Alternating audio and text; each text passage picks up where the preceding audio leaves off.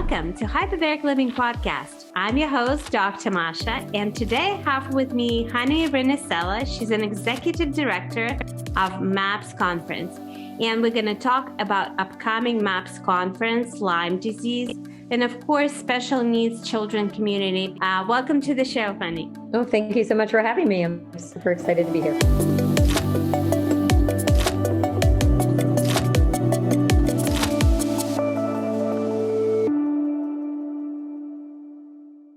Let's start with your story, because you have quite a story that brought you here. So I have three children. I have a daughter who's going to be 24. And I have 22-year-old twins who were diagnosed with autism, mito disease, seizures when they were 2 years of age. So they they were developing totally fine. And when they regressed, it sent me into a tailspin of what's going on? What do I need to do to help them? How can I heal their body? How can I build them back to what they were prior to this, regression that they had had? So that sent me into a crazy world of biomedical interventions. And, at the time there were DAN doctors, now there are M.A.P.S. doctors, and they literally saved my children. So I am so passionate about these modalities because, I have seen firsthand what they can do for kids like mine. That's a long story that we put like in 3 sentences, right? I know. Oh my gosh. I have to try and condense myself because there's so many stories I could tell about them. But yes, I mean, they're very different children, but yeah, we've done pretty much every modality out there, and we have some that are amazing. And I know, behind you, I could see that you have a Viteris behind you. I have the exact same one in my dining room. We removed our dining room table and planted one there because that was one of the critical components for keeping inflammation down in my kids. So yeah, we have done a lot over the years. And, with everything that I've done, I wanted to help other parents understand this. So I jumped into helping with nonprofits, and I was in leadership role with nonprofits for almost the last 20 years prior to my onboarding with M.A.P.S. So I was doing parent support, and now I'm working to do physician support because I want more doctors to be trained in using these modalities to heal our children. Thank you for doing that, and congratulations on your new position. Could you tell us about M.A.P.S.? For those, let's imagine that people haven't heard of it. What is it? So M.A.P.S. is a comprehensive program that has been developed by doctors for doctors, where they offer CME accreditation and the latest research, up-to-date treatments for kids with special needs. M.A.P.S. is the only teaching fellowship for children with special needs. So there is nobody else that's focusing on complex medical disorders, neurodevelopmental disorders, autism in the pediatric population. We are the only one. So it started with Dr. Dan Rosenthal, who had 2 affected children. They had autism, and he was like, nobody's doing any research. Nobody's diving into this. So that's where it's the Medical Academy of Pediatric Special Needs is what M.A.P.S. stands for. And so that's where it kind of got started. And then along the way, they ended up bringing in, we have leaders with mast cell, we have leaders with seizure disorders, we have, leaders speaking on inflammation, hence I have a chamber. It's just the top in the field of anything that's pressing with our complex community right now, because when you start treating a child with autism, you find out right away that if you dig deep, there are a lot of things that you can be treating. So it's kind of bringing in the best of the best to show these physicians, how to help parents, heal their children. And each conference, so to say, although it's an academy, so it's done by modules, right? And each one focuses on specific topic. Is that correct? Correct. So M.A.P.S. has there's a fellowship program that you can go into. So if somebody's a pediatrician, a general practitioner, whatnot, they can attend the conference and just get the CME credit. They can get the education. Or if they want, they can actually go through the training. So M.A.P.S. offers, they're called Advanced Clinical Matrix. There's 5 of them. So typically it's like neurology, GI and nutrition, immunology, infectious disease, metabolism. And each track kind of focuses on what you really need to know if you're looking at a child with special needs and autism and any complex neurodevelopmental disorders. So we do have that covered from one component for MAPS to offer like through the fellowship. But in our conference per se, we also pick like one thing that's really pressing for families that physicians are just seeing a lot of, that parents are coming in, struggling with one specific topic. We just had an event in California in September, and our primary focus was pandas, infectious disease. And so we have an upcoming conference, and our plenary, which just means where all physicians kind of come together as one, is going to be the whole topic is going to be covering chronic infection, like with Lyme co-infections in pediatrics, and they both will do the science of this as well as the practical solutions of how to heal this, so that we want people to be able to identify it. There's a lot of kids that come into, they come into these practitioners, and I don't think the doctors even know to look for Lyme. And what they're finding is there's a lot of these kids, when they run a test, I know this personally actually happened to me recently. My doctor's like, it looks like Lyme. And I'm like, it's not Lyme. It was Lyme. So I think it's something that gets missed a lot. And I'm super excited that we're going to have a full day of what we need to know about it, and then how to treat it.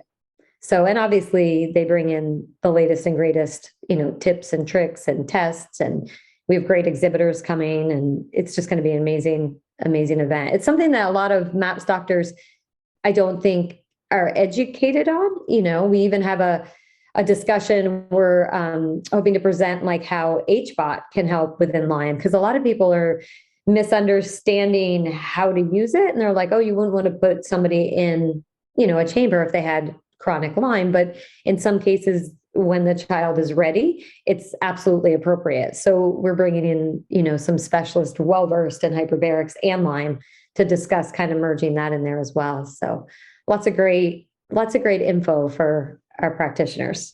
You've mentioned to me that there's, right before we started the podcast, you've mentioned that there's a whole Lyme epidemic among special needs children. And could you tell us a little more about that? Yeah. So what we were finding is that, PANS and pandas is like huge with our population. And, it's pediatric autoimmune neuropsychological symptoms associated with strep. So it's just where you got this neuroinflammation, your body can't rid the virus from itself, and it lands in your brain. And then you get all these crazy, neurological issues. So when you have a child with special needs like autism, and I can speak firsthand because my twins went through some pandas nightmares and came out, and they were fine thanks to my MAPS doctor. But when you address pandas, it's not always strep. So that's why we have PANS. And what a lot of these practitioners are finding is that they weren't able to identify what was the actual underlying cause making these kids kind of like crazy. When you have that neuroinflammation, it just exasperates any symptom that you might have with autism. So again, treating that neuroinflammation is going to reduce the severity of any child's autism. And when they started digging deeper, a lot of our really good faculty were finding that Lyme was at the core of these PANS flares. And recently, and I can't really speak to it, but I will mention that a lot of our kids that were exposed to almost like a COVID, it's either tripping up, revamping underlying Lyme that might have been dormant prior. So we're seeing a lot of that right now with our families that are reaching out to the MAPS practitioners. So we're bringing a lot in to help discern, like, what is this? Is this COVID? Is this Lyme? Is this PANS? How could it like kind of merge? How do we identify it, pull it apart, and treat it accordingly? So, it's just so much that we're all learning. So really, these doctors are staying on the forefront of, what do we need to do to test? How can we figure this out? And how can we help these kids? Because up until now, it wasn't customary to necessarily test all special needs children for Lyme. No. And COVID, we just needed to bring it to the attention of all these physicians. Cause like you said, it's not something that anybody has ever, I know plenty of MAPS physicians who are amazing with kids. I mean, they have recovered kids, they have healed kids, they have improved the lives of so many children. Yet there are some kids that have gone to these doctors and they've never been able to find an answer to a certain population. And then, they'll go to another doctor and lo and behold, it'll be Lyme. I can actually speak. There's a woman, and I know she wouldn't mind me mentioning her name, but I will refrain. But a very well-known woman, she's written some books in our community, and her son is, he's an adult now, and she went to, I believe it was 12 or 15 specialists, and including a MAPS doctor. It's one of the reasons we want to bring this, aboard. And nobody could figure out what was going on inside of her son. And he was just regressing, and he was having night sweats and dysautonomia, and just these crazy things kind of came out of nowhere. And it just kept getting worse and worse and worse. And it was like this mysterious disease that nobody could figure out. Everything that they tested, every infectious disease specialist, immunologist, nobody could identify it. And lo and behold, she actually came to, at the time, I was with the National Autism Conference and with National Autism Association, and I was throwing the National Autism Conference, and she attended. And one of our MAPS physicians was talking about, like PANS flares, Lyme, like what you really need to be aware of because nobody's looking into this. And she went and spoke to a couple of the doctors that were presenting. She went and got her kid tested, and he is riddled with Lyme. I mean, it's just like mind blowing that it was like, oh my gosh, how could all these doctors have seen him and never thought about it? Because it really wasn't on the docket. I mean, everybody's aware of like PANS and PANDAS, but we want to take it to the next level and see like what really is, what's really tripping up these kids. And a big component of them are testing positive for Lyme. I have 5 friends, very well-known people in this community, and all of their kids are having issues and testing positive with Lyme. It's just crazy. It's crazy right now. So I'm super excited that it was brought up. It was actually Dr. Nancy O'Hara's idea. She's one of the top PANDAS experts out there. And, she was like, we got to start talking about Lyme. So I'm thrilled to be bringing it to a lot of the practitioners. That's really good news. And I should say Lyme is notorious for that. First of all, it's a great imitator. So it imitates all other diseases. And sometimes it's a diagnosis of exclusion. You get to Lyme when you've excluded everything else, and then, oh, maybe it's Lyme. And people regress, and especially with COVID, because COVID is known to reactivate all hidden infections. Not only Lyme, it does so with mold, Epstein-Barr, and other viruses that could be dormant. And then with COVID, it all surfaces up. But when Lyme is dormant, it doesn't mean that it's not affecting the system. So in a way, even though it's unfortunate, but in a way, COVID is bringing to the surface so many things that need to be dealt with. And I'm really glad that you're doing this conference. I've attended MAPS 7 years ago. I did foundations. That was amazing. I learned a lot, even though I went to naturopathic school and a lot of Lyme modules were on functional medicine. So we did learn that in naturopathic school, but it was still a different perspective, new information. And I'm sure that things have changed, in the past 7 years a lot. And there's even more cutting edge information, doctors sharing their opinions. That's, I think, what's cool about it is that opportunity to speak, because that's what we all lacking is this professional sort of development among like-minded people, so to say. And MAPS conferences are great for that networking as well. That's what matters. Absolutely. I love that you touched base on that too, because I actually was just at the ILADS conference, and it was interesting because I was talking to a couple of people that were so excited we were bringing this. Now, a lot of people do, there is a lot out there for, Lyme and the awareness, but not a lot for the pediatric component. and definitely not a lot for the, autistic population or these complex medical kids. So you have to really know to look deeper, because like you said, it will mimic other issues. Like they thought my son had MS. So,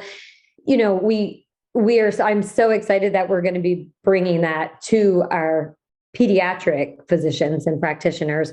But what I have to say is that when I was out there were several of the practitioners that were so excited about it, because they were talking about how they love MAPS because it's a very humble, very genuine, very warm environment. None of the speakers are, I think that with my onboarding, I take pride in the fact that I've been volunteering at MAPS since its inception. So I've been involved since day one. And I know these are the kindest physicians, and they are there to network with the other physicians and make sure that, it's like almost like a friend to talk to. It's another colleague. It's somebody else for a second set of eyes. It's just a very warm and inviting atmosphere. And I loved hearing that when I was just at the recent conference, because it's something that I have felt from day one that has always made me want to volunteer and participate, because they're just the kindest speakers. And they're truly, I think this is such a delicate population that if you're involved with the special needs community, you have to have a good heart. You just have to be a good soul. I mean, they are the toughest of the toughest cases to crack, because they're developing. And, it's different if you get Lyme as an adult than it is if you have a child who's developing. So, it's going to affect their brain. It's going to affect them, their cognition, their language. It's going to affect their behaviors. Our special needs community it's a tough one to address and look deeper, but these people are committed to, these MAPS practitioners are committed to digging deeper. They're good people. And we have a clinician directory. We have, I believe, 60 international clinicians. So wherever people are, you can pretty much find someone. And I do always encourage people, we're right now, since my onboarding, we're trying to revamp our clinician directory to have it listed from two different perspectives. We're going to show people, who's a member, who's a faculty, who's a fellow, and it kind of shows you a tier of how involved somebody is in the program. Not to say that a new member starting out isn't going to be amazing, but, sometimes, you can look and see like, okay, how much have these people invested? And like, for me, I knew my kids were really complex and I needed to go to one of the faculty. Like my twins had seizures and PANS. And I mean, at one point my son had life-threatening seizures. Like, so, I think it's good for people to be able to see, do I want someone in my state? I'll start there. And then maybe, I'll look at somebody who's maybe higher up if I don't see any results in a couple of years. Like, it's really good to, first and foremost, get in with any MAPS doctor to kind of run, like you said, with foundations. When anybody has attended one of our conferences, they get the foundations. It's where we encourage every physician to start. And that covers everything that you should know to look into if you're going to start treating a child with special needs and autism and complex issues. So any of our MAPS doctors are trained in that modality of the foundations component. So then we're starting to list on our website also specialties. So this is something I really wanted to bring forth for our MAPS members. Like we have, like I just mentioned, Dr. O'Hara, she's really good with PANS, PANDAS, Lyme. Well, that should be listed on a specialty. So if you have a child that has a specific issues like seizures, you might want to go see Dr. Fry, Dr. Rosignol. If you have, GI issues, you might want to go see Dr. Usman Singh. If you have like the PANDAS, you might want to go see, so we're trying to make it easier for families to find exactly what they need. Because, just because someone's in your state, there are a lot of doctors that will say, I am not first in line. So if you think this is a Lyme issue, you want to go see somebody who is. So we were trying to figure out a way, and the same would go for seizures, that we could give parents that option to be like, if this is your biggest issue, you might want to look for the specific needs you have, not just in your specific state, but it will be listed in everything. And by the grace of God, maybe somebody that has their issues in their state, but if not, they have to travel. So I live in Pennsylvania and I actually personally see Dr. Usman Singh, and she's in Chicago. So I drive 12 hours to see her. So she's worth every mile I drive. So I had Dr. Usman on the show we recorded a really great episode with specific advice for specific conditions that could be seen in special needs children. I love her. She is such a great doctor, amazing person. I would drive 12 hours, you know. Yeah. Easy. It's 12 hours each way. So yeah, easy peasy. I would drive to the end of the earth for her. She has helped my kid immensely. And she is who suggested I get the soft chamber. I mean, she was like, you have to try it. Like it's just going to keep that inflammation down. So yes, I love it. I'm so thankful that I found her. So thank you. Thank you for this advice, and thank you for coming to the show and sharing all this information with us. Lyme conference is really exciting, and everything else that you're doing. You've mentioned that you're thinking about putting together a resource for parents.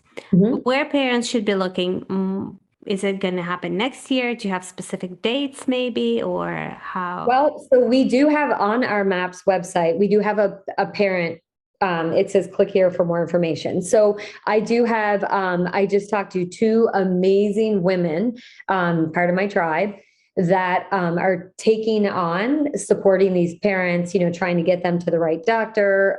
We are starting a new avenue of resources, that's up on our website. So there is information up there, and we're going to continually be updating, revamping, and we're looking into, I'm hoping by next year, we'll be able to start doing something for parents. If nothing else, then a MAPS parent webinar, so even if we just start there, I feel like there's so much new information that since the MAPS are kind of, I mean, I don't want to say they're the best of the best, but in my eyes as a parent, I believe that they are in treating our kids, because again, we're the only pediatric, affiliation that focuses on that special needs community.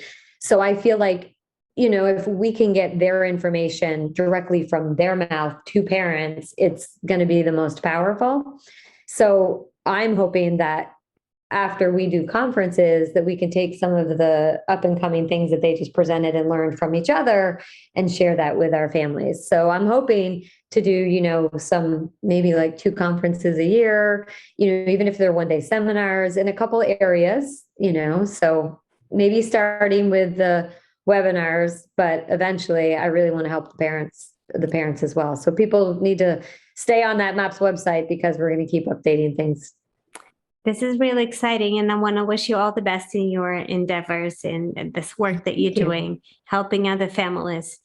I'm sure you receive emails, messages every day thanking you for what you do, but we want to thank you also at Hyperbaric Living from the bottom of our hearts for all of this work that you do for other people, so they know that there's someone out there that can help them. And I just want everybody to know our kids can get better. They can get better. I mean, it's just so important that we all just focus on our kids can get better, because they can. I'll have all the information in the podcast description below. And if you think that this episode can be helpful to somebody please send them a link. Otherwise, I'll see you next week.